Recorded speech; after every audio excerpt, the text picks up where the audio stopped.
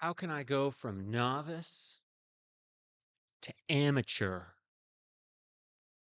in a garage with a camera that moves? And is it even possible? Absolutely.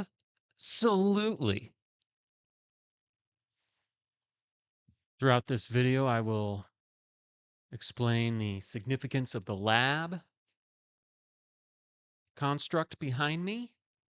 I'll give some hints on the incubation chamber. We've got a new heating element that will be installed. The mycelium is thriving. I'll show you a quick glimpse of that as well. Pardon the clutter. And before I do anything, I got to clean. Nothing fancy here. Got some simple green cleaner and degreaser.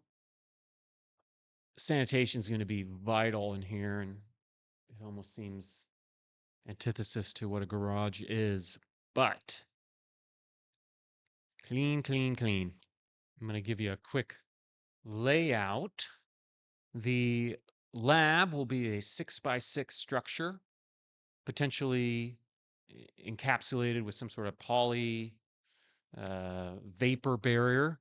I want to create a positive air pressure situation. It's going to be a rectangular workflow. The tent will be on the far wall where the sterilizer is currently. Let's take a quick peek here into the incubation chamber, mobile at this point.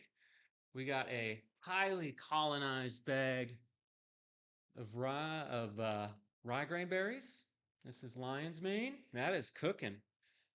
Essentially, at some point, I want to break it up a little bit, and then we'll be moving this into substrate.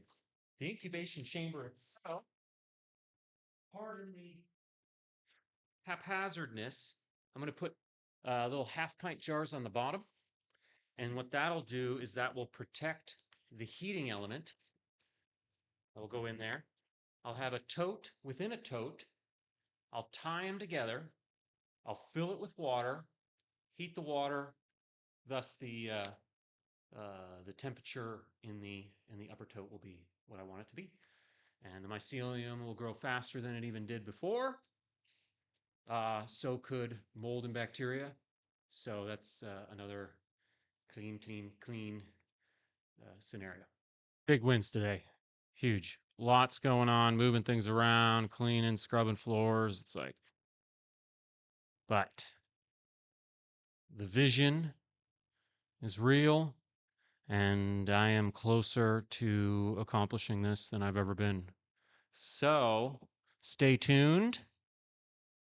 Please join me on an adventure. See you next time.